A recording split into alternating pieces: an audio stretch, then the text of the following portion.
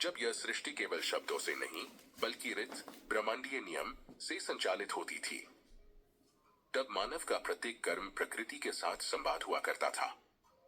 त्रेता युग का समय था। धर्म केवल ग्रंथों में नहीं, जीवन की प्रत्येक क्रिया में विद्यमान था। उसी युग में महर्षि पराशर, वेदों के ज्ञाता, धर्म और ज्योतिष के आधार स्तंभ, कैलाश की उपत्यका में तपस्या कर रहे थे। उनका प्रश्न सरल था, पर उत्तर अत्यंत गूढ़। हे महादेव, मनुष्य का ग्रह सुख और दुख का कारण क्यों बनता है? तभी आदियोगी भगवान शिव प्रकट हुए, न किसी आडंबर के साथ, न किसी चमत्कार के साथ, बल्कि पूर्ण शांति के साथ। पराशर, ग्रह केवल ईंट, पत्थर और काष्ठ से नहीं बनता। वह मानव और ब्रह्मांड के बीच एक ऊर्जा सेतु है। जब ग्रह ऋत के अनुसार बनता है तो जीवन स्वयं संतुलित हो जाता है, और जब ऋत का उल्लंघन होता है तो अशांति जन्म लेती है। वास्तुशास्त्रन प्रवक्ष्यामि लोकाना हितकामेया। अर्थ, वास्तुशास्त्र का उपदेश लोगों के कल्याण के लिए दिया गया है।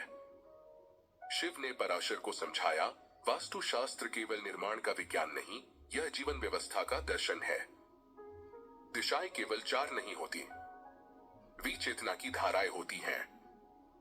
पूर्व से जीवन आता है, पश्चिम में विश्राम जाता है, उत्तर में वृद्धि है, दक्षिण में स्थायित्व। ईशान्य देवता शिव अग्निर दक्षिण पूर्व के। अर्थ, ईशान कोण में शिव का वास है और आग्नेय कोण में अग्निदेव का। जहां ईशान शुद्ध होता है वहां मन स्थिर होता है, और जहां अग्नि संतुलित होती है वहां जीवन पुष्ट होता है। यदि ईशान दूषित हो तो विचार अशुद्ध हो जाते हैं। यदि अग्नि असंतुलित हो तो कर्म भस्म हो जाते हैं। पराशर ध्यानपूर्वक सुन रहे थे। यह ज्ञान केवल स्थापत्य का नहीं था, यह जीवन का मानचित्र था।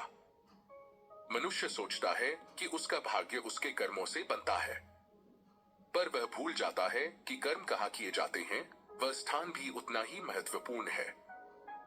यत्र वास्तु समप्रोक्तं तत्र सिद्ध्यन्ति सर्वदा। अर्थ, जहां वास्तु शास्त्र के अनुसार निर्माण होता है वहां कार्य सदा सिद्ध होते हैं। वास्तु भाग्य नहीं बदलता, वह भाग्य को प्रकट होने का मार्ग बनाता है। शिव ने पराशर को बताया कि ग्रह एक मंदिर है, पर केवल देवताओं का नहीं, जीवन ऊर्जा का। जो ग्रह प्रकृति से संघर्ष करता है वह मनुष्य को थका देता है, और जो ग्रह प्रकृति के साथ चलता है वह मनुष्य को पुष्ट करता है। भूमिया पूज्य प्रयत्नेन वास्तुशास्त्रेण कर्मणा। अर्थ, भूमि का पूजन वास्तुशास्त्र के अनुसार करना चाहिए।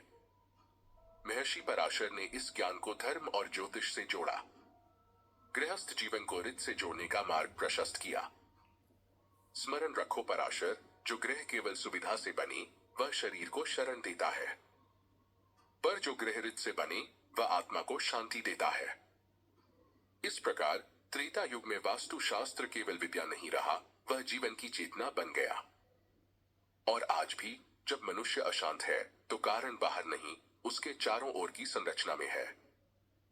जो ग्रह ऋत के विरुद्ध बनी वह मन को विचलित करता है, और जो ऋत के साथ हो वही सच्चा मंदिर है।